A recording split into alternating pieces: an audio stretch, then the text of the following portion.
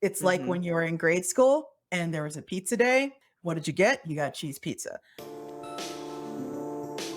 Now, is cheese pizzas anyone's favorite? Probably, but most people, if they had it their way, they get something else, something that was just like for me. I like anchovies, pepperoni, and black olives and garlic on my I pizza. knew you were going to say that. What does it take to become a successful writer or artist? There are some destructive myths out there about what a creative career is supposed to look like. And we're kept in our lane by the undermining belief that, as artists, we're somehow incapable of building autonomous, sustainable careers if we choose the work that's closest to our hearts. So we're going to tear down those myths and get the truth by going to the source. Incredible professional creatives who followed every path but the expected one to success on their own terms. I'm cartoonist, author, and coach for creatives, Jessica Abel, and this is The Autonomous Creative. My guest today is cartoonist and publisher Spike Trotman. Her publishing company, Iron Circus, has the motto, strange and amazing, and it specializes in underrepresented voices, underrepresented themes, and books that don't really have a big audience. Sounds like a recipe for struggle, and yet they're killing it. Spike is a Kickstarter All-Star champ, and Iron Circus has gone from self-publishing her webcomic collection to putting out up to 15 books a year, riding a wave of pandemic-fueled popularity into new ventures in animation and big plans for more growth. Spike does everything her own DIY way and is making it work, and then some. So give this fun episode a listen and find out why you're better off making pineapple-anchovy pizza.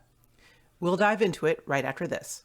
So I'm excited to dive into this. I am going to start with today, what stuff is like now, because I know that there have been massive, massive changes, not only pandemic related, but all kinds of other things. But I just want to get a sort of starting point here. So tell us what your work life is like. I know day to day it must change a lot, but what are the kinds of things you do over a given week? I have absolutely zero work-life balance. That's important to start out with. Let's just like that's the baseline we're functioning from.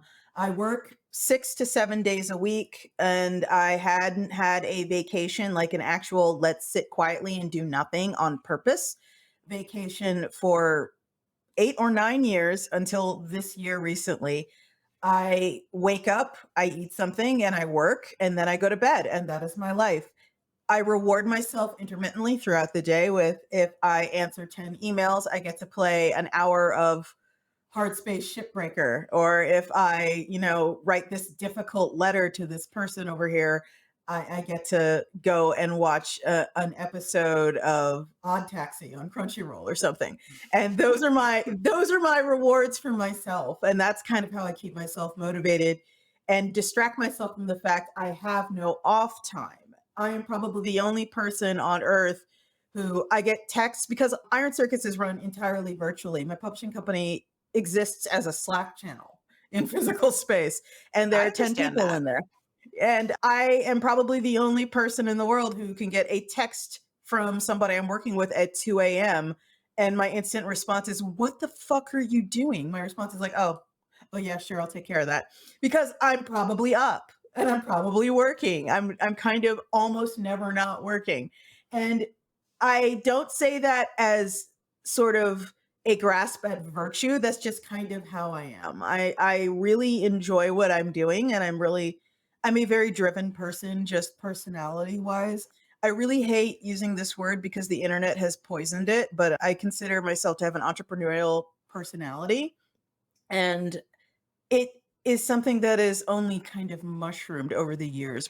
My ambitions have grown, and it started out with a self-publishing imprint for a webcomic, and then it grew and it grew and it grew, and then in 2020 we extended ourselves into animation. So we're working on our very first animated short, and that's not where we want to stop. It's kind of only a matter of deciding where we want to put our energy and where we can find competent people to work alongside on projects we feel can succeed.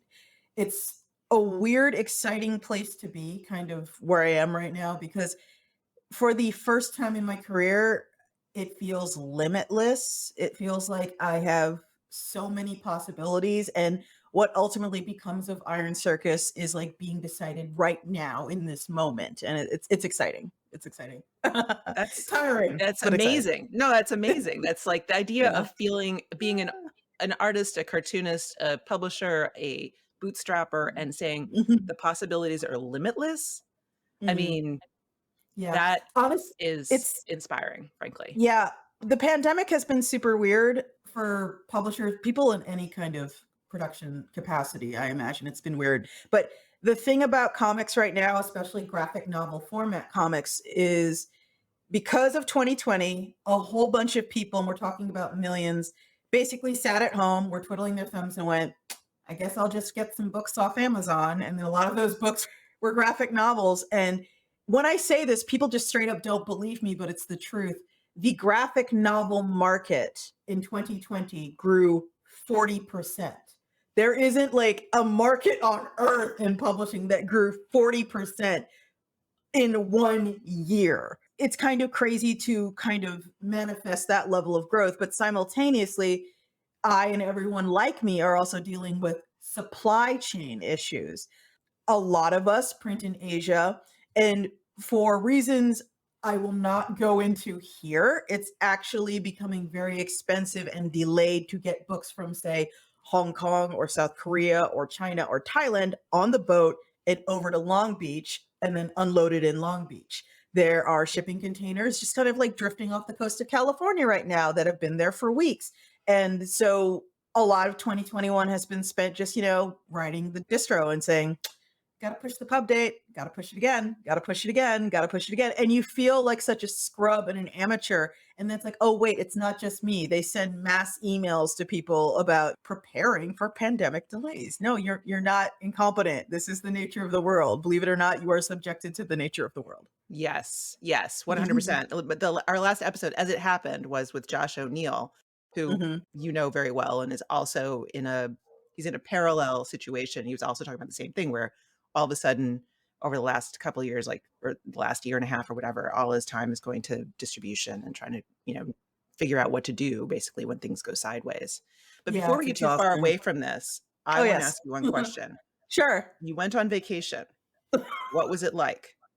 I worked. I worked. I spent most of vacation redecorating my living room, and I would take my photos of my living room from multiple angles and then put them in Photoshop, and then Photoshop different colors on the wall, and then Photoshop the pictures I needed framed and what colors the frame would be, and arrange them digitally on the wall. And then I went and spent my pandemic stimulus check on getting everything framed so it could hang on the wall. And this was like, I'm one of those people, I think a lot of people in comics are the same way, where if we have original art from creators we like, we're like, I'm going to get this framed. And then it immediately goes on a shelf and stays there for like 5 years. And Yeah. so I I have had a like, blog post about this. I had a 25-year-old piece that somebody had given me and finally got yeah, it framed. and Yeah. I had like 20 things that needed framing, and the stimulus check came, and I'm like, I bet this would cover it. And yeah, just about did. And I have like pieces from some of my favorite creators, and they're not up on the wall yet because I still have to paint. So the vacation was just deciding what color to paint the wall. And I'm going with like Mm. basic bitch black because I absolutely, it's like, I know like gray walls are the thing now. I know every flipped house has gray walls, but I can't help liking dark walls. I'm going to paint the wall dark gray, black. Sorry, everyone. But yeah, my vacation was spent working because I can't not. I can't not. It's bad. I mean, I get Bad. it. I don't enjoy sitting still very much. I've been trying to personally like cultivate my ability to not do work, not by learning how to sit still, but by learning how to have other things I want to be doing. Yeah. Reading or gardening or like working on something in the house or whatever, like have something to do, Yeah. you know? Yeah. Um, Like I said, I play video games. Every once in a while, someone's like, "Oh, I'd love to watch you streaming on Twitch." And I have to be like, "No," because I gotta have turn it into at my work. heart that capitalist instinct. Like, because we are all, surviving under capitalism. And part of capitalism is the whole sort of urge to monetize your every action because it's a matter Mhm. of living or dying. And I have decided, I have made a conscious decision to have just a segment of my life that I refuse to monetize, where it's just like, I'm just going to sit for an hour and do something pointedly unproductive and not share it. Mhm. And that's what And video you do games have are. downtime, and you have downtime, Yeah. sounds like, throughout the day. You'll give yourself an Yeah. hour here, an hour there. It's not like you're working Yeah. wall to wall for 24 hours a day. Exactly. Yeah, that's the fast track, the bullet train to burnout there. I do things Yeah. where I've had people be like, "You're always on Twitter. You tweet like 15 times a day." I'm like, "Yeah, tweeting takes 2 minutes, and then I write an email, and then I make another tweet, and then I write another email." It's like the one thing that keeps me going. Being able to just fart around simultaneously while I work is how I can work 10, 11, 12 hours in a single day. Yeah. Yeah, for sure. Bullet train to burnout. I like that. Yeah. It's what I'm doing is dumb. I am absolutely everyone, what I'm doing is dumb. Don't be Wait, me. wait, It's wait, dumb. wait. Why do you think it's dumb? You Because seem to be enjoying it. I'm tired all the time, and to be frank, I am not treating myself the absolute best. I eat way too much takeout. I get hardly any exercise because I'm just like, "Oh my god, I need to work. I need to constantly work." And that's not what I need to be doing. I'm, like, in my 40s now, and I had my first checkup a while ago, and they're all like, "Yeah, you should be exercising. You should be doing this. You should be doing that." And it's like, "I'll find the time." And it's like, "Bitch, no, you won't." It's like you're too busy doing everything else. The whole time you're on the treadmill or at the gym or in the pool or whatever, you're just going to be thinking about all the stuff you could be doing. And quite frankly, that's kind of enough to stop me in a lot of ways. And it's not good. It's not good, everyone. Don't be me. Okay. I mean, I personally have made the decision that I don't wanna be doing that, and I'm trying to move away from it, but it certainly doesn't sound Mhm. like you're convinced. It sounds like you actually kinda like it, I and do. I do. This is a yeah. personality trait of mine. 'Cause I'm also the person who's like, I've gone through long periods of my life where, like, I'm just at the desk the whole time, you're just, like, Mhm. pushing through. I find, and this is the thing, is the life of in my mind, the things that are happening out here Mhm. are the most exciting things in my life, even Yeah. if I'm, Yeah. really enjoying a lot of other things, it's not always the most exciting. Fortunately, there's some things that compete, but mostly the other choices I have available to me, they just aren't as interesting as trying Yeah. to solve this problem, Yeah. Yeah. and that's a real problem for me, because I do Yeah. exhaust myself, I tap out, and then I keep going, and it doesn't feel good, and it's Yeah. not effective. And I'm like, every once in a while, it kind of occurs to me I'm in charge of a lot of things, and a lot of things, they depend on me being there and having opinion or saying yes or no. And more often than I'd like, I will come into the Slack and there will be like 3 or 4 questions kind of hanging there and waiting for me because I'm the buck stops here. I'm the final say. And everyone's like, "Hey, should we reach out to this person? Hey, this guy wants to do this. What do we say? Hey, so and so wants this. What do we say?" And they're waiting on me. And I had a deeply traumatic experience a few years ago where I got sick. I got like con crud sick as a dog on the couch for a week sick. It super sucked and I just couldn't move. And when I came back, it was like the nightmare of the managerial class, which is nothing had happened. Mm, Everything had screeched to a halt and hit a brick wall the moment I said, "I'm sick. I'll be back when I'm not sick anymore." And so we had this week where, like, the whole company just kind of floated there. And, like, I think about that like some people think about nightmares, It's just like I can't leave everything because if I leave, it's like the persistence of being is gone for Iron Circus. Everything just stops existing. have you considered delegating?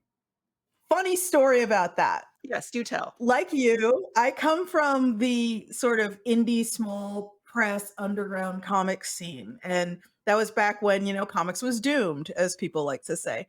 And a lot of the vibe of that scene is being a self starter, doing it yourself and self publishing. Because back in the day, kids, when there was no Scholastic or Random House Graphics or Abrams giving a shit about us, we had to do everything ourselves or we had to go with little itsy bitsy tiny publishers and itsy bitsy tiny co-ops and zines and Xeroxes and shit like that. And you had to figure out pre-press yourself. You had to figure out promo yourself. You had to figure out everything to do with having a career in comics yourself.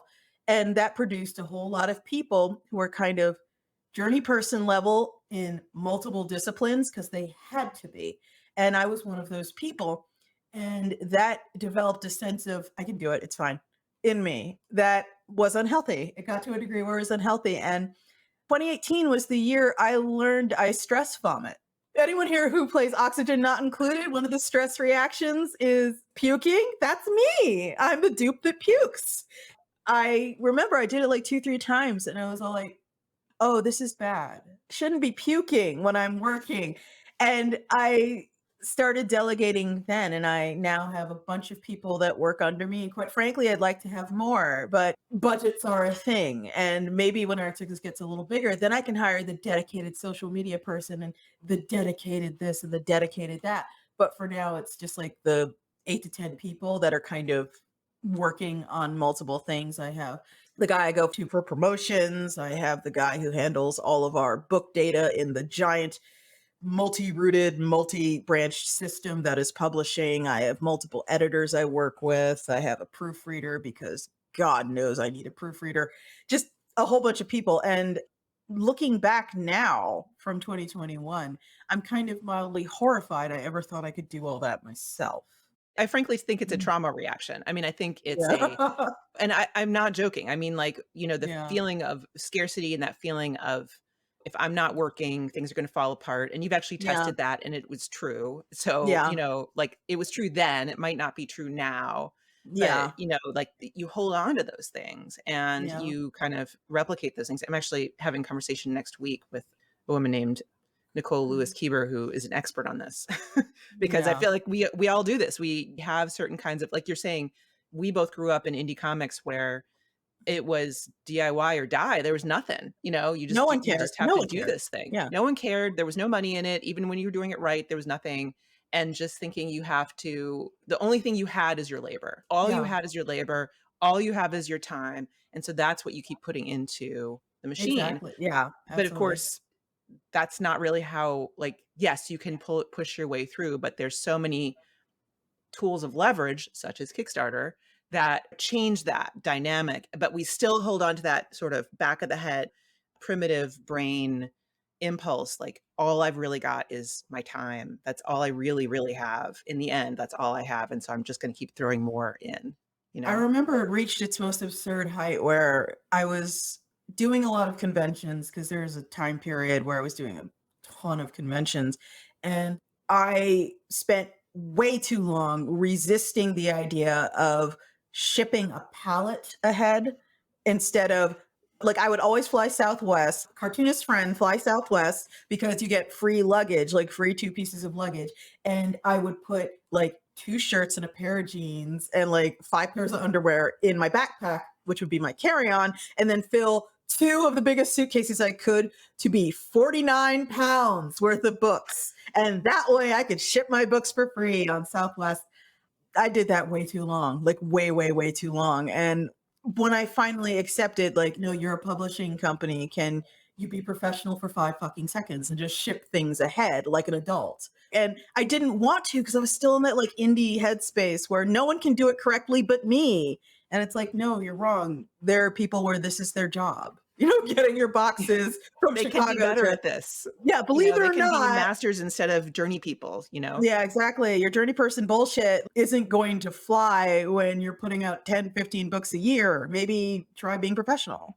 Yeah, Yeah. that I think is kind of the biggest weakness I've had, just kind of Iron Circus wise, where I just have this death grip on this. I mean, to be perfectly frank, increasingly unsuitable indie, small press, gritty mindset where, I'm no, I'm not working out of Kinko's anymore. I'm not doing everything myself. I'm not sitting at my coffee table saddle stapling zines anymore. That those days are gone. I have to actually approach this from a logistically sensible place. And Right, like, where is your time most valuable? It's not in ex- stapling zines. exactly. And that's kind of like what I've used to sort of determine what to do with my life. There are things that only I can do, and there are things that, quite frankly, I can contract out. I don't have to be the person making the graphics for the Instagram. I don't have to be the person doing this. I don't have to be the person doing that. And I can pay someone to do that. And my time would be better spent doing what literally only I can do. It's kind of been like, you see the cartoons where someone's just like pulling stuff off finger by finger. That's me getting pulled off of everything. But the company is much better for it. It functions much better. Like the guy we have, this is super obnoxious, and I apologize, everyone, but there is a whole database out there that feeds Barnes and Noble, Amazon, bookshop.org, everything you could think of. It all feeds back to one single database, and that database also feeds out to a whole bunch of other things. And that is where publishing lives. And I have a guy who handles where publishing lives for me. And I remember with crystal clarity the day I decided, oh, wait, maybe it would be more efficient to hire someone who's been doing this for 20 years than try and teach myself an entirely new system and do it myself. Yes, Yeah. exactly. So, Mm, speaking of growing and maybe not the indie mindset anymore as much as it was yeah. anymore, as in the past, Iron Circus, how many books a year are you publishing? What kind of books are you publishing? Our mission statement has been something I stole from a freak show banner, which is strange and amazing. We try and publish books that I personally consider strange and amazing. We specialized in sort of underrepresented voices, underrepresented themes, stuff that is not really got a big audience, quite frankly, or a lot of people catering to it right now. One of the ironies of the market right now, the explosively growing graphic novel market, is it's explosively growing in kind of a single age range, which is sort of elementary up to YA. And we publish a lot of stuff that's exclusively for adults. So we're actually only getting the runoff of that explosion. It's plenty when a when an entire industry grows 40% in a single year. The runoff is plenty, but it's still not like the mainest of the mainstream stuff. We publish a lot of Oh, erotica. That's yeah. kind of where we got our start. We're happy to publish erotica. We don't like give it its own little imprint. We don't quietly shove it off in the corner and pretend we don't publish it. We love our erotica and we love the people who make it, and it's bomb ass. And I recommend you all buy it because it's great. Its whole thing is like it's consent driven, it's sex positive. I mean, it can be very high drama, don't get me wrong, but it's the kind of stuff we really wanted to see out there. And a lot of that governs what we choose to publish, like stuff we want to see.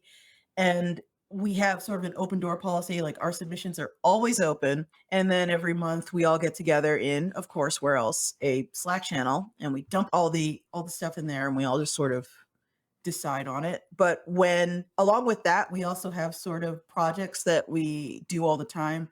We have the Smut Peddler series of erotic anthologies, which is kind of the first kick of nitro in Iron Circus's tank was the Smut Peddler anthology. And it's done amazing. It's great. Perennial bestsellers. Always happy to have them. We also do the occasional all ages anthology. We've done a horror anthology called The Sleep of Reason. My personal favorite was an anthology called FTL Y'all Tales from the Age of the $200 Warp Drive, which was the premise was just someone finds out it takes about $200 and a journey person mechanic's ability, level of ability to build a faster than light engine. And how would that change the world? And the Mhm. answer is a lot, a lot. Like your idiot cousin could be on Jupiter this time next week. What does that mean for humanity? Is what that anthology was about. We've done sci-fi stuff like New World. We did something called Timorous Beastie, which was about small animals having big adventures for people who like Watership Down or Plague Dogs, Redwall, that kind of thing. Like little tiny animals in danger. Everyone loves a good little tiny animals in danger story. And that's the kind of stuff we weren't seeing. And that's a lot of what governs the choices we make, stuff we weren't seeing. And frankly, I refer to myself as like the only hurdle you need to get over at Iron Circus. If I like it, it's getting published. If every other editor is like, okay, seriously, this is trash, I don't care because it's getting published. And like I'm buck stops here kind of thing. Like And I you really literally don't listen to if everybody else is like, "No," If they you have would say good yes? reasons, if they have good reasons for saying no. Like if I found a story that I fell in love with and someone was like, "Okay, seriously though, this person is a terrible human being and they have a history of leaving their publisher high and dry and also the theme of this comic was clearly stolen from this comic over here, don't publish them." Like totally, I'll listen to that. But I mean, a lot of the people I've hired are my friends and I know what rings their bell, as opposed to what rings my bell. I have the friend who's way more likely to say, recommend supernatural stories. I have a friend who's way more likely to be interested in stories with animal characters. And I take that into consideration where they're like, oh, we should publish this one. Yes, I know you think we should publish this one. Of course you do. And I But do they appreciate that. represent audiences you're trying to reach? Yeah, yeah. Honestly, to this day, we still go for audiences that we feel are kind of underserved. Gosh, I'm trying to think of a diplomatic way to put this. Oh, just go for it. Yeah, there are a lot of audiences we won't even try for because we are so complete. Like our weight class is not even remotely the same. Like, I don't know if folks understand this, but Scholastic is kind of the only publisher that can walk into your child's school, set up a table, and say, buy this. And so they have this ridiculous, enormous advantage when it comes to sales numbers and when it comes to audience access. And you can't fight that. There's nothing I could ever do to fight. I can't compete with Scholastic. It's not going to happen. So, I try and kind of put my energy elsewhere. Meaning you don't actually go for books that would be Scholastic books. Like Exactly. something like that came across your Yeah. transom, you'd be like, And I don't know I've if we can told do this. people, for example, I'd get stories and I go, hey, yeah, this doesn't really feel like an Iron Circus book. Do not ask me to explain further, but you might want to try your look at Image, Random House, Scholastic, whatever, depending on what they're giving me. Unsurprisingly, when people know that you publish erotica, you get a lot of weird shit in the submission slush pile. And I don't tell those people try your luck elsewhere because, quite frankly, there aren't a ton of specifically American-based publishing houses that are all like, yeah, we publish porn. What's up? There aren't a ton like that. And not in the graphic novel sense. The romance novel business is like this whole other thing that is over there and a gigantic monster no one ever wants to acknowledge. But yeah, that's not us. The complicating factor of our porn has pictures. So we're Mhm. always in a very, which is interesting because like relating back to Kickstarter, early on I would get a lot of emails that were like, how'd you get porn on Kickstarter? How'd you do that? Because they say no porn. It's like, well, Kickstarter sides with the Supreme Court. That's how. Right. Where if it can be construed as art, it's fine. You'll also Mhm. find like nude photography books on Kickstarter. When Kickstarter says no porn, what they mean is like wicked pictures can't come on there. Jenna Jameson can't come on there and fund an actual filmed porno. Right. That's what they're saying. They're not saying dirty pictures because I don't know if you folks are aware of the split hairs and blood-soaked battlefield that constitutes when does it stop being art and begin being pornography, but Kickstarter wants no fucking part of it. And so they just kind of they're very okay with kind of whatever you want to put up there, especially in comics. So Mhm. unless it's like obviously terrible and you're an obviously terrible person. Right. Which would be also a really difficult call for them, I think. Like, Yeah, what are they gonna they say? don't. Like, "You're an obviously terrible person?" Like, that's not Yeah, you know? they do not want to take part in that discussion, and I don't blame them. I don't blame like literally again, the Supreme Court can't get this hashed out in plain language, so why is an internet website going to answer this question for everyone where art ends and Yeah. pornography begins? So, So, to get back to the numbers, how many books are you putting out, say, in oh, 2021? this year, it's a low year for us for like 10 or 11 this year. We usually try to Mhm. shoot for 15. We're kind of like actively building a back catalog now, actively building a backlist, I guess is the best way to put it. And a lot of this has to do with the fact that Iron Circus, even though it's over 10 years old, that's considered I'm baby to a lot of book buyers and libraries and distros. Like we're basically nothing. We're basically newborns Mhm. compared to a lot of other publishing houses. And much like comics, there is a certain time period in the publishing world where people they kind of take a step back and they're just sort of waiting to see if you wash out. Not because they don't like you, not because they have it in for you or anything, but the turnover rate can be a little high. And they want to know if you're in it for the long haul. Are you going to be in the catalog next year and year after that and year after that and year after that? And when you are, they get a feel for the kind of stuff you put out. The children's Mhm. librarian at this point knows to skip over the Iron Circus part of the catalog by and large. But like other people were like, oh, I run Blue Stockings, I run this odd bookstore, I run a library in a university that likes to provide challenging books to the student body. Oh, maybe Iron Circus has something interesting and weird out. And that's kind of who we go for. And that's kind of what Right, we right, try to right. publish. Yeah, and I'm sure you have a strong set of relationships there, like, with Oh my people who God, librarians are the best.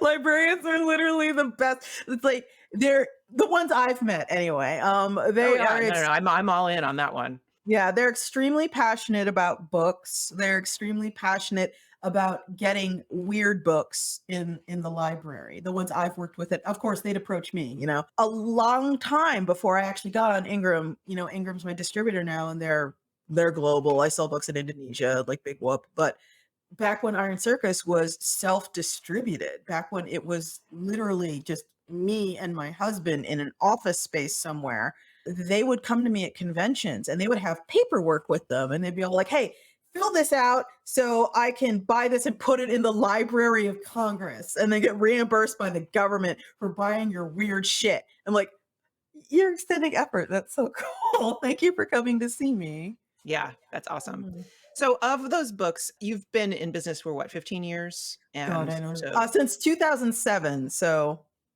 about count 15 17. years. About that. God, how awful. Yeah, to I be don't know, I fair thought it was pretty cool, but wait, I know you did fewer at the beginning and you do more now, but that's a lot of books, right? So out of those books, what percentage of them are actually Kickstarted? And what I assume you also just publish stuff straight up. yeah, that changes. That changes, from time to time. I would say right now, like 50 to 60% of our In Circus books are kickstarted. Half of them aren't. Actually, our big showboat book for 2020 and part most of 2021 has been Banned Book Club, and that was direct to distro that never saw a Kickstarter. A lot of what determines what we choose kickstarts is based on multitudes of factors. Is it the kind of book that people expect from Iron Circus is a big one. Another one is, does the creator, and this is kind of the brutal part, does the creator have an internet footprint? Do they have a presence? Do they have like 10,000 followers on Twitter? Do they have a busy little Instagram? Are they going to be the kind of person that's going to put on the cheer skirt and grab their pom poms and really really show out for their own title? Because I have creators who are the Energizer Bunny for their book on social media, and I have creators that I had to talk into getting a Twitter. And the people I had Mhm. to talk into getting a Twitter are a lot less likely to have a Kickstarter. And naturally, porn honestly gets a much much bigger chance of being on Kickstarter simply because the accessibility issue. Like even though we have distro, a lot of bookstores are literally not going to carry dirty picture books. They're just not. And to access the audience we've built over time, the audience that is used to buying this from us and expects it from us and is always looking forward to it, it goes on Kickstarter and it does really well there. And we're always happy to do that because, quite frankly, although it never gets like a front row seat, I guess you could say, it never gets special consideration. Every time I bring it up in the sales meetings with my distro, I'm like, yeah, we're putting out this one. It's awesome about a vampire and his boyfriend. And they're all like, okay, well, all right. What about the next book? Because they're not even going to try. Like, that's not going to fly in Target. They're not going to sell that in Walmart. But when I put that on Kickstarter, it's like the stampede. You could hear it coming from a mile away because people are Well, starving. that's the thing, and this is I was talking to Josh O'Neill about this, and he was saying the same thing, that he has this avid niche audience that kind of supports anything they do, and I think you have that too. You have maybe several overlapping niche audiences, Yeah. and that's the beauty of crowdfunding, is that you can just go straight to them and say, "You want this to exist? It's yours. Let's do it." Yeah, I have this saying that I've begun saying because I'm very proud of myself for thinking of it. That a lot of media, especially media from large corporations that are extremely risk avoidant, it has a cheese pizza for the whole class feel. And they make something that has the widest appeal and the most palatability for the largest number of people. It's like Mhm. when you were in grade school and there was a pizza day. What did you get? You got cheese pizza. Now, is cheese pizzas anyone's favorite? Probably, but most people, if they had it their way, they get something else, something that was just like for me, I like anchovies, pepperoni, and black olives and garlic on my I pizza. knew you were going to say that. And like that's my deal. Anchovies was in my head. I love anchovies. I like I love I anchovies it's too. like not even a meme. I love them. And I am And me, it would never be like a I white am pizza with ramps and like, exactly. chanterelle mushrooms or And something you like can that. go to grade school for the rest of your life and have 1,000 pizza parties. You will never get that on your cheese pizza for the class. And like, will you eat the cheese pizza? Will you go see the Disney movie? Will you go see the Warner Brothers movie? Will you watch this on, ABC? Yeah, it's fine. It's not bad. It's pizza, but it's cheese pizza for the class. And Kickstarter like rolls up and is all like, you guys like ramps? You guys like garlic? Hey, hey, hey, who wants fucking pineapple? Yeah. Like that's Kickstarter. And you're just like, oh my God, yes, finally someone is selling me cheese pizza with pineapple on it. And the big corporations, and I'm not even saying this as if it's like a terrible thing. Yeah, they're beholden to shareholders. They're beholden to the corporate structures. They are going through focus groups and they want to play to Peoria. They have to worry about what China's going to think. Yeah, I mean, I think that there's some real value to that, and definitely for people whose work gets to the very top of that heap, it pays off Oh, for immensely. sure. But I Yeah. think the big problem for us in the creator community is that the myth that that is going to be the The way apex. and the Yeah. best way for a creator to get Yeah. your work out there is just not true because the Mm. economics are against you. A book will break even for a publisher way before the creator gets paid, a living Yeah. wage. It has to. And okay, I'm gonna try and be diplomatic again. Okay. As a person who's both a creator and a publisher and kind of on the inside of what is just, I mean, let's be truthful, it's a successful publishing company. I have access to all kinds of numbers. And bless their hearts, folks on Twitter, when you talk about what you should be getting when you sign publishing deals, I can tell how many of you have never signed a publishing deal in your life. And I that comes from a place of love. I'm just saying. Tell us what you're talking I about here, because not everybody has been in these conversations on Twitter. yeah, every once in a while I'll see creators' rights hashtag stuff, and I'm always checking that out because I'm always interested because I'm a creator too. I'll see things along the lines like if you get handed a contract and what's it called? The advance is lower than $50,000, don't sign. Really? Okay, good luck with that. Like, I don't know who you think you are or where you think you are. I mean, I wish we lived in that world. I wish I could live there with you. That would be amazing. But that is Mhm. literally not how publishing works. That big fat advance is going to happen for some people, but there are so many mitigating factors, more than I could ever go into here, that determine things like advances and, the pay scale and when it's coming out and all this other stuff. There's so much that goes into that. And when you make these sort of blanket statements, I can kind of tell you have no clue. I'm just saying, sorry, everyone. I'm sorry. Yeah, but I mean, you brought up the idea of shareholders and like if you think about a company like Random House, who's I Mhm. published with Random House twice, and both times, I'm thinking, I mean, I was very honored to publish with Pantheon and with Broadway Books, but they have a giant building on Broadway. They have Mhm. shareholders who are making money. They Mhm. have editors who I loved who Mhm. are making enough money to live in New York City, barely, but some, enough. And I was not able to make enough money to pay for my time to create these books, like not Yeah. even close. Yeah, that's And that's the nature of publishing, but I really do feel like the Kickstarter model flips that, where they had to go to such vast numbers of people. They had to think about, are the distributors going to love this? Are they going to push it? Is it going to get reviewed? What's going to happen there? It's a very different calculus. They're thinking about different things. And the yeah. way that the company is supported has a completely different business model and one that is not tilted toward the creator. Here's the thing about Kickstarter, and here's the thing about publishing with really big companies. I am in no way telling you that if Random House kicks your door down and throws a contract at you, anyone in here saying no, shun, don't do that. What I will tell you is there is a sort of theory. There's a theory of the independent creative out there that I have been obsessed with since I ever first heard about it. And in my opinion, has kind of run true. And what it's called is the thousand true fans theory. And it basically posits any independent creative, all they need to make a decent living is 1,000 people willing to spend $100 on them every year. And yeah, I mean, the math checks out. If you can find 1,000 people who are super into what you do and will, buy a couple books from you, throw some money in your Patreon, come to see you at a convention to get a commissioned piece of art or something, you can make a living off that. You do not have to be a New York Times bestseller to make a living. And quite frankly, I think people don't realize how little a lot of New York Times bestsellers make. But you can function.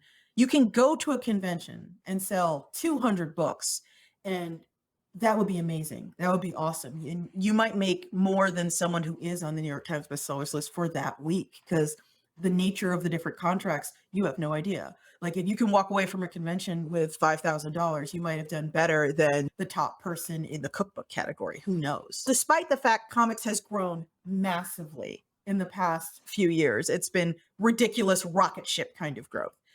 There's still room for functioning independently. If you are right now, like I was kind of in the late 90s, early 90s, where you were looking around and you're like, I do not see a place for myself in this infrastructure that's all around me. I do not want to make children's books for Scholastic. I do not want to make comics for the newspaper. I don't want to do this. I want to do my own thing, my own way, and that's all I want to do.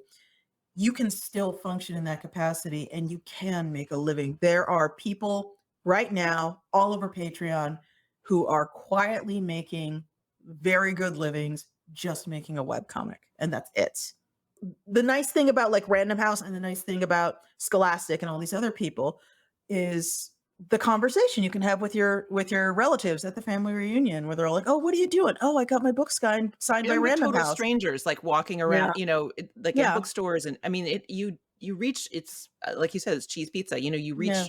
numbers of people, and you have you can have an impact in areas you wouldn't expect and that you aren't planning, Yeah. essentially. It can be very cool, but without getting into it, okay, God, how do I put this? Oh, God. See, I'm at that point now where I used to be very open book about everything, but now I literally cannot be for various reasons. But okay, here's the thing. So a while ago, there was a Kickstarter for a project called Berserker, but with no vowels. So Berserker or no vowels, squash all that together. And it was by Boom Comics, I think, and it involved Keanu Reeves. And without being insulting, okay, Hollywood is very risk averse. We've covered that. And part of being risk averse is waiting for someone else to do it and then deciding it's a good idea, because they don't want to be the one that screwed up because they tried something new. Berserker has proven to a number of people that, oh, wait, Kickstarter is sort of a thing. And as a result, there has been some very weird energy in publishers that work on Kickstarter lately. I don't even know where I can go from there, but like it's been a weird place to be, and it's been fascinating kind of watching it evolve from the website where it's like, how do you expect people to take you seriously if you kickstart your comic, all the way up to I backed Keanu Reeves' comic on Kickstarter. It's been a thing I ground floored, and I do my best to not be possessive and gatekeepery about it, because that sucks. I've been on the other end of that. That sucks. That's stupid. But at the same time, I'm like, oh my God, I am very quickly being, destroyed Kickstarter by all these people that have shown up. But yeah, exciting times to be alive, I guess is what I'm trying to say. This episode of The Autonomous Creative is brought to you by Authentic Visibility. I work with a lot of committed mid-career creatives who struggle to get their work seen. It feels crappy to put so much love and effort into making something, but when you introduce it in the real world, there's a whole lot of nothing as far as reaction. It's truly awful. And they're not looking for attention because they're egomaniacs. Art and creative work in general exists to communicate some set of ideas or thoughts or emotions from you, from inside your head to inside someone else's head, in as intact a form as possible. When you release your project and it goes up like a brilliant bunch of balloons disappearing into the clear blue sky with no one around to see or care, never mind to pick their own balloon to take home and treasure, it's demoralizing. But the truth is, most creatives in their natural state are frankly pretty terrible at telling anyone why they should care about the work. Why should someone show up to get a pretty balloon? It's not their fault, though. It's how we teach people to create their best work, by digging deep inside ourselves to come up with wonderful, original new ideas. And there is absolutely nothing wrong with that. The problem is, that's where the process typically ends. Creating, not communicating. Virtually all the training and practice of making creative work focuses on the first half of the core mission of communication, getting those ideas out of your head and into some actual form that people can see, but that's missing half the picture. As a creative, it's your job to build the whole complete connection, to build a bridge for the audience that they can use to easily cross over and understand the value of your work to them. And this kind of clarity and audience-focused language doesn't come easy to creatives. And that's why I put together a free class specifically for creatives, ridiculously named, How to Get People Wildly Obsessed with Your Work. And in it, I teach the key technique to flip your perspective 180 degrees and start to use your audience's point of view to inform how you share your work so that they'll get it. I also introduce our awesome program, Authentic Visibility, the audience growth program designed to turn highly skeptical and frankly marketing sensitive creatives into powerful advocates for their vision and their work, setting the stage for huge career growth and a major role in the larger cultural conversation. So if you want your work to make its mark in the world, check out the free Wildly Obsessed class and supercharge your ability to connect with new fans in just 90 minutes. Go to jessicaabel.com/wildly and join the free class now. That's jessicaabel.com/wildly. Now let's get back to the interview. There's two questions I want to make sure to ask you, and we also have a bunch of great questions coming Oh yeah, in, sure. I'd be so- happy to answer. Okay. So question number one is, can you talk about a time when you saw yourself veering off track? And what did you do about it? Let me think here. Veering off track, mostly, I mean, I think the best way I can think about it is the reason I decided to take that one vacation a while back, where I was just kind of like dreading doing anything, and everything was taking twice as long as it should. People would send me notes in the Slack or emails at like 9 a.m., 10 a.m., and I wouldn't answer them for 3 days. And I try to have a 24-hour turnaround on my emails. And I felt like I was trapped in this never ending cycle of letting people down and disappointing people. And it sucked because I try not to be that person. Like, we're all mortal, we all mess up. But I was just falling farther and farther behind, and I couldn't see myself catching up in any way. And that was kind of making me run myself ragged without any sort of appreciable effects. And it felt very hopeless because I was like, I'm not this person. I built this company. I did this, before anyone gave a shit about it. And now I have all these people in my inbox trying to talk to me, and now I have all these decisions I have to make, and I can't make them, and I can't talk to people. And it's not because, I'm frozen or anything, or I'm afraid of making decisions. It's because I can't keep up. And at that point, I was already like delegating. I already had people I was working with. So like that wasn't the answer. And I realized it was just like, I just couldn't, I was like, I needed a minute, and a day wasn't going to do it. I needed several minutes. I needed multiple hundreds of thousands of minutes, please. But I'd settle for a week. And I came back from that week just like a much better and happier person. So I can't recommend it enough. If anyone out there is feeling just like, oh my God, I'm like actually dying. Like, this is too much. I can't do this. The answer isn't to work harder. The answer is to take a break. Yes, so much so. Yes, thank you for saying that. Mhm. So my other question is, you are, as far as I can tell, still creating comics. How do you manage that? The comic I have now, I've totally screwed up on, by the way. So there's this site, everyone, called Pillow Fort. It is kind of what Tumblr should be doing right now if it weren't Tumblr.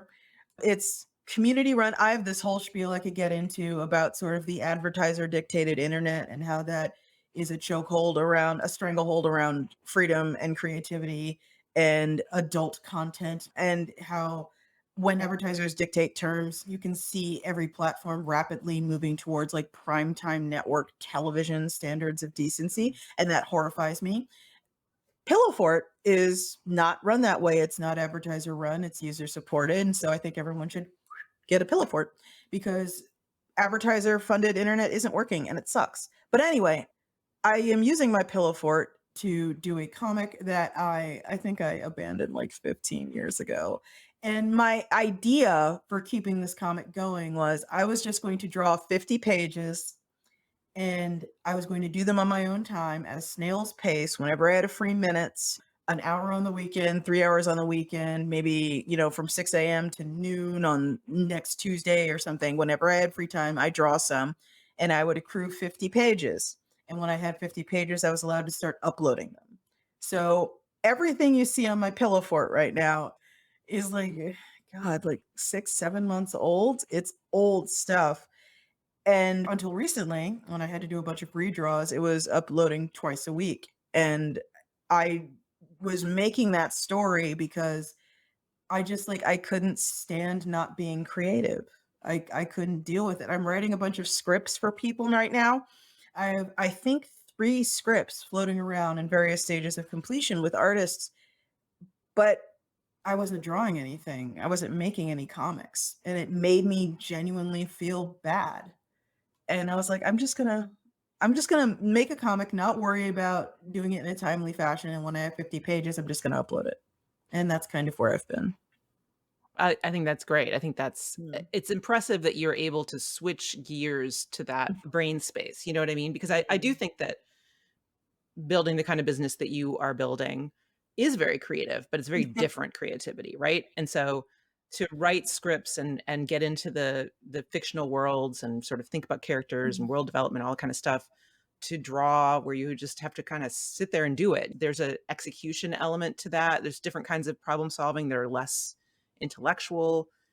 How do you switch back and forth? How do you manage the different modes? I have a very loose schedule that I try to adhere to where I try to be up around 9 a.m. I go all the way through from midnight, the previous day, all the way through to 9 a.m. and I'm still up.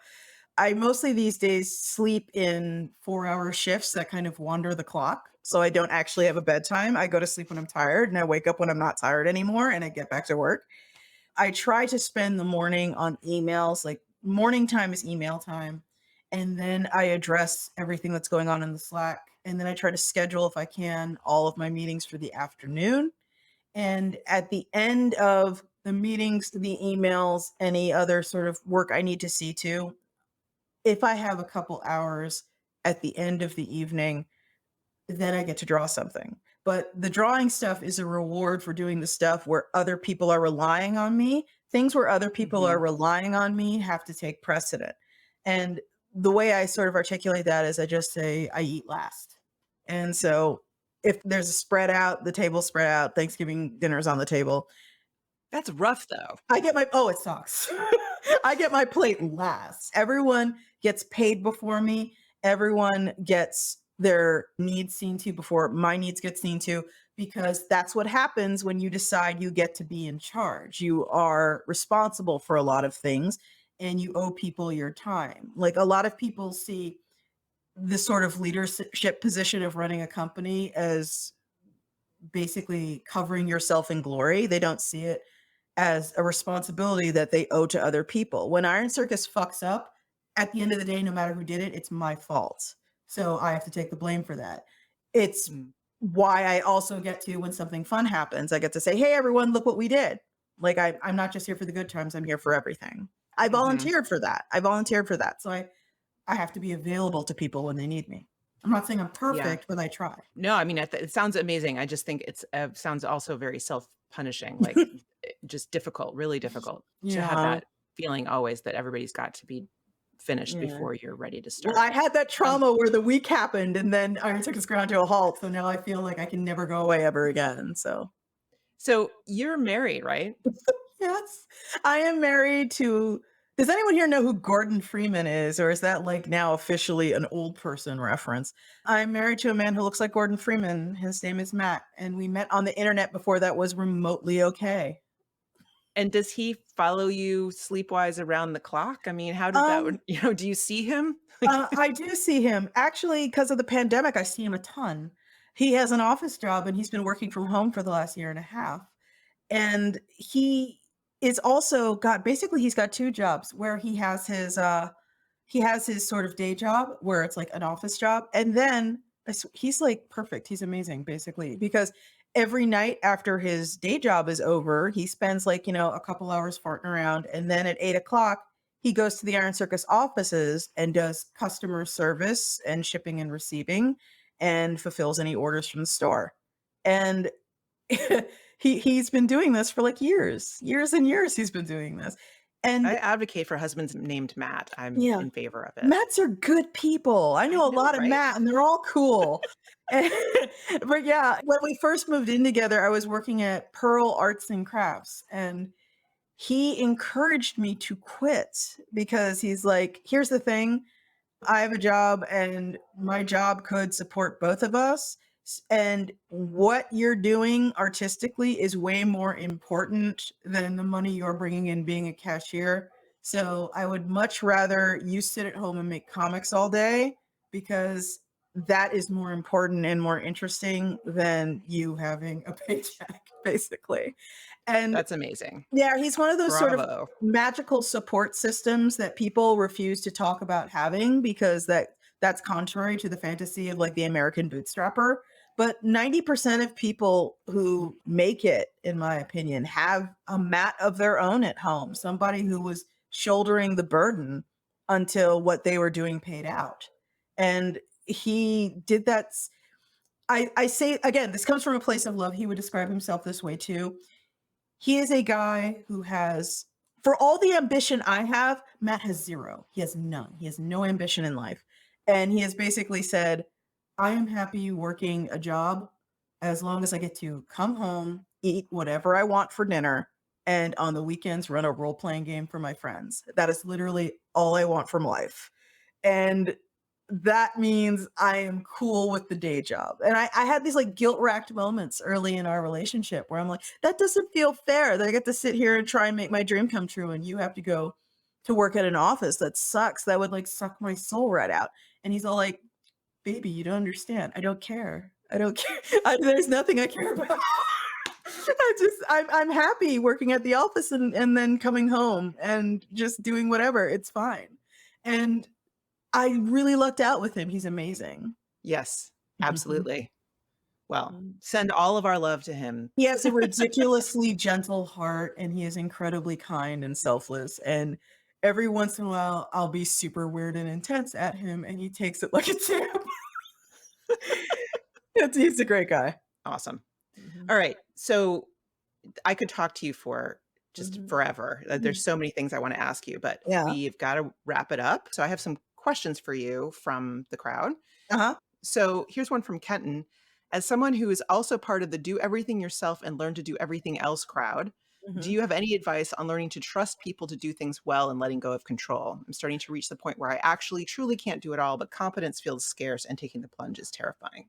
The best thing that I would do for that is make sure you are very specific about what you want people to do.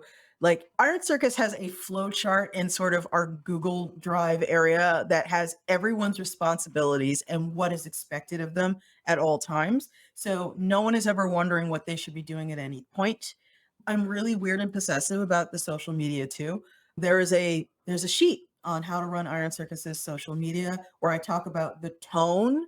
I talk about how to talk as the Iron Circus account, and the Iron Circus account is always happy to see you, always excited, likes goofy puns, like that kind of thing. The Iron Circus account does not get in fights. That's my job. Just stuff like that.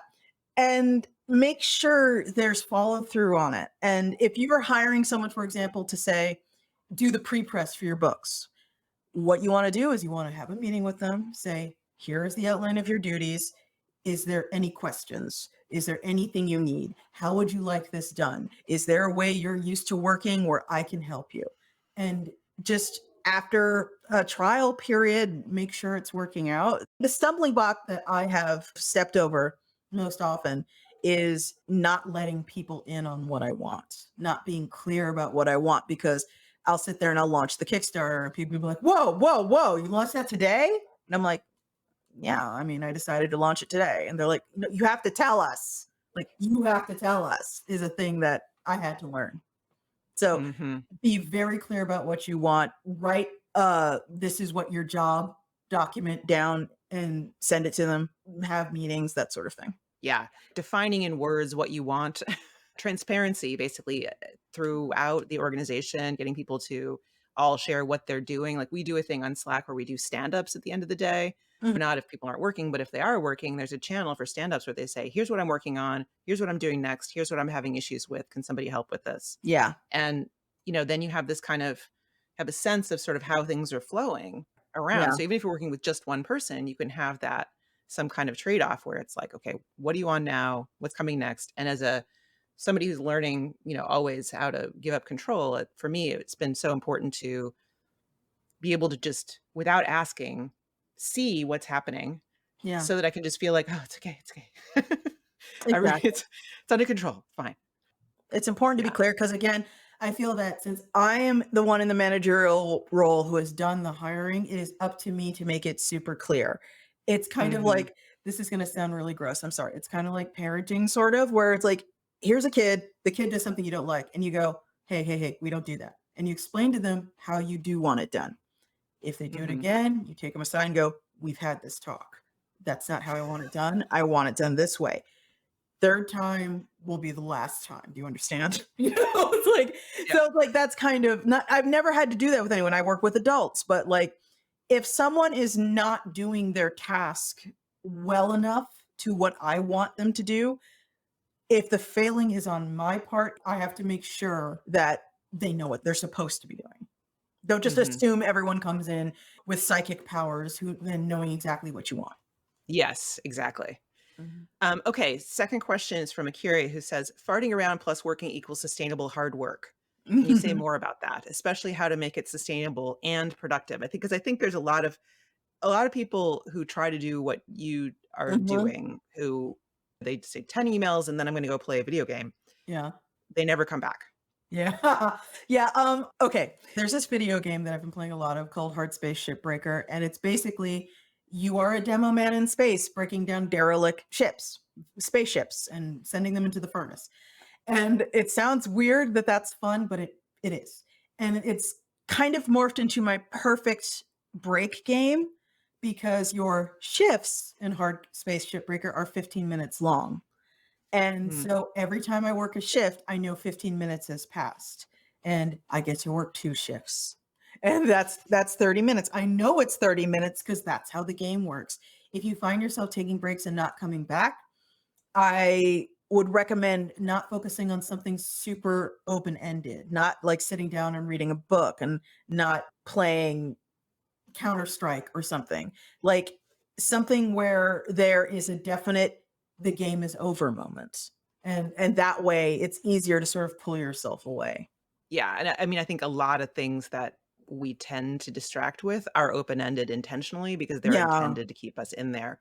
So Yeah. going to Instagram or something like that is just Exact don't scroll Instagram. Don't don't and scroll yeah. anything that involves scrolling, don't do it. And Like, honestly, if it involves yeah. scrolling, that's just a bad sign. And if you're super bad about this is something a friend uses, I don't use it, but there are various programs that you can download and install that basically shut off your access to whatever sites you tell it to shut off your access to between the hours you establish. So you can tell it, don't let me go to Twitter, Instagram, CNN.com, or Reddit between the hours of 8 a.m. and 6 p.m. And it will literally not let you go to those sites. A page that you have selected will pop up if you have that muscle memory sort of type ahead thing and try to go there. It'll be like, and if in emergency you absolutely need to go there, basically what it does is it makes you type out a passage of text that's randomly generated perfectly to unlock the ability to go do whatever. And I have friends Wait, which who one is this? Because I've yeah. had a lot of people working with Freedom, but I don't know if Freedom Mhm. does that. I think the one I'm thinking of was called Net Nanny, and the thing is there are multiple things called Net Nanny, but, the Mhm. ones my friends were using was, like, something like Net Nanny, and it That's just kind of hilarious. it wouldn't let them of course, you can absolutely find ways to fuck yourself on this, like, "Oh, I can't use my desktop, I guess I'm just using my phone." You know, you can work around it if you really Right. try, but it's Right. You have to treat it it works as for them. not as parental, I'm Yeah, gonna figure out how to screw with this, but a reminder to yourself of what you want. It exactly, has to be what you want or it's not exactly. gonna work. And, Yeah. just another productivity thing, like a small productivity thing. There's a site called mynoise.net, and basically you can go on there and you can have it generate various kinds of white noise for you. You can have it generate like a waterfall, a stormy night, a busy cafe, a quiet but not super too quiet library, just static. And I find that helps me focus when I'm doing something where an audiobook would be unsuitable, like scripting. Yeah. Good. Wait, wait. Are you saying you listen to audiobooks when you're doing a lot of like email and stuff? Oh, yeah. I have to, I have to, I have to. Wow. Okay. Yeah, I got a lot going on. I 'Cause can't I sit in total silence. I don't even listen to music. oh god, no, I need music. I need Yeah, music, I no, need no, no. audiobooks, I need something because I feel sometimes like my brain is in 2 halves. I have this, like, part of me that's, like, can focus on work, and then this other part that needs constant stimulation because it gets bored super easily. So, yeah. Interesting. Yeah, no, I'm deep focus. I'm just like, and I Yeah. don't want anything to Yeah. interrupt me. Oh I don't my like god, me cafes, yeah, me nothing. being interrupted is not good. If I'm kind of in the flow, if I'm writing something, if I'm drawing something, if I'm answering something, if I'm organizing something, and my phone makes a noise, I have been known Mm, to actually scream at it like a stupid animal because I'm angry at I'm being interrupted. okay, noted. Okay, so Penny asks, "How long on average did it take for you to gather the info necessary for your first Kickstarter compared to how long it takes you now?" And I mean, ballpark, Yeah. obviously, like, how hard was it for you to do the first few versus now, Yeah. I think is Oh basically god, what it's we're like talking about. Kickstarter has changed so much. It's like refined itself and kind of become hardened in the fires of the internet. And now, quite frankly, there's like a roadmap that a lot of people could follow on Kickstarter. 2009 Kickstarter, there was no roadmap. There was no comics category. Like, I remember talking to the founders and telling them you should add a comics category because comics is unusually well suited to Kickstarter. You'll see what I mean.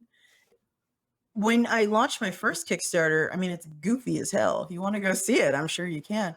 Where it's just basically with, like, a webcam on me, just being like, "Hey, I wanna make this book, you should help me." And the thing is, like, the pre-plan for it was kind of non-existent because it was an idea I'd had for years, but I never had the money to make it. So I just got on camera and I talked about, "I just wanna write this book, and it's called Porkcraft, and here's what it's like."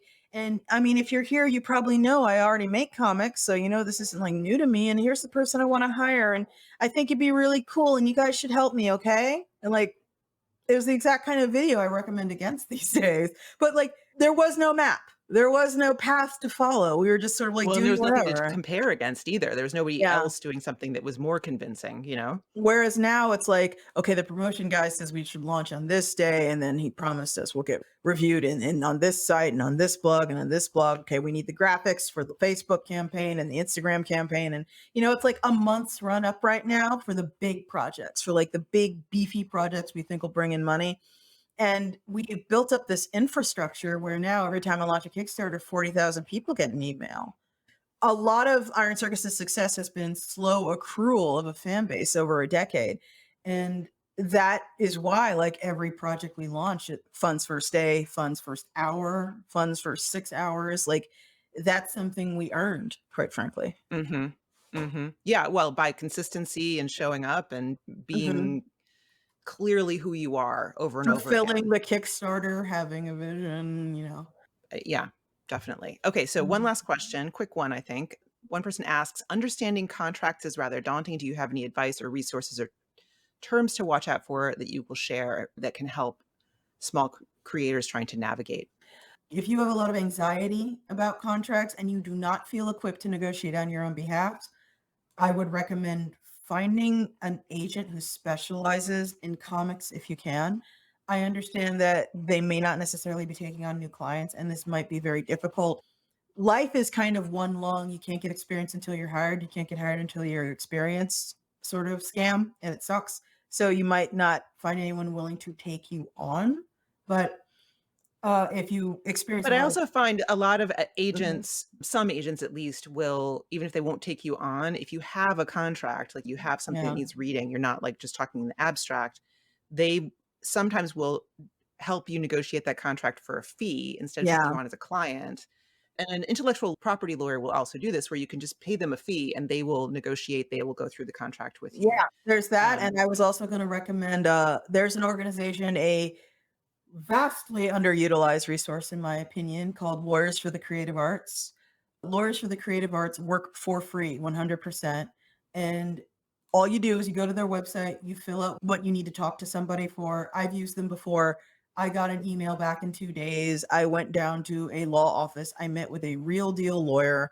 He helped me figure a whole bunch of stuff out, and that was years and years and years ago. That wasn't like Iron Circus has a lawyer now. That was before I thought a lawyer was anything I would ever need.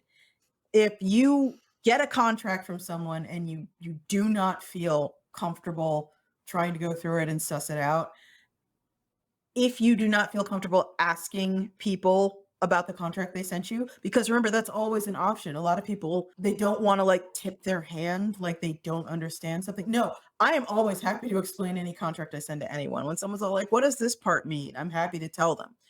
But if you do not feel comfortable doing that with whoever you're working with, take it to a lawyer for the creative art, or like you said, take a lawyer, maybe a friend's recommendation of an intellectual property specializing lawyer, and have them read it for a fee. And yeah. at the end of the Also, day, a lot of law schools have clinics. They'll have hmm, like, advanced legal students who will help with stuff. So, like, if you're in a city that has a big law school, you can call them up and find out if they have that kind of thing. So yeah. there are options for that kind of thing. Yeah, and there are lawyers who like they salivate at the idea of defending poor little innocent artists who just don't know no better, and that's who lawyer for the creator arts are made up of. That sounds disgusting. Thank you. Yeah, it's true though. Yeah. Mhm. Well, thank you so much for being here with me today. It's been amazing. Yeah. Thanks so much for having me. I'd be happy to be back anytime. Well, we will definitely try to do that.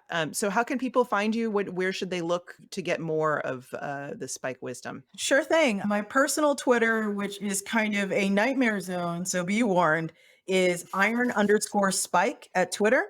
The Iron Circus Comics Twitter is exclusively Iron Circus Comics content. Follow that. If you don't want to follow me, I won't be offended. I understand. It's spelled Iron Circus Comics, with comics being COMIX, because we couldn't fit the entire Iron Circus Comics spelled properly. All one word, Iron Circus Comics, COMIX. We're also on Facebook at Iron Circus Comics, all one word. We are on Instagram at Iron Circus. And I am personally right now on Pillow Fort. This is my personal Pillow Fort. It doesn't have anything to do with Iron Circus, at Iron_Spike as well. That's where you can find my current webcomic, which has no title. And it is basically about hairy Bolshevik elf people beating each other to death. It'll be fun. Wow. All right. That sounds stimulating. Yeah, everyone follow me. Look at my stuff. Spike, thank you so much. Thank you. Bye, everybody. Thank you so much for joining us today for The Autonomous Creative. Our show is produced by Matt Madden. Our production coordinator is Lucina Boyachandian, and our production assistant is Rhiannon Sunday. Music is by Matt Madden, and I'm your host, Jessica Abel. You can find all our takeaways, as well as the links and extras we mentioned today, plus transcripts in the show notes. Find everything you need at acpod.show. If you enjoyed this episode, don't forget to subscribe, and please take a sec to pop over to Apple Podcasts and leave us a rating and review. And we absolutely love to hear your reactions and takeaways on Instagram. Tag us at Autonomous Creative. See you next time.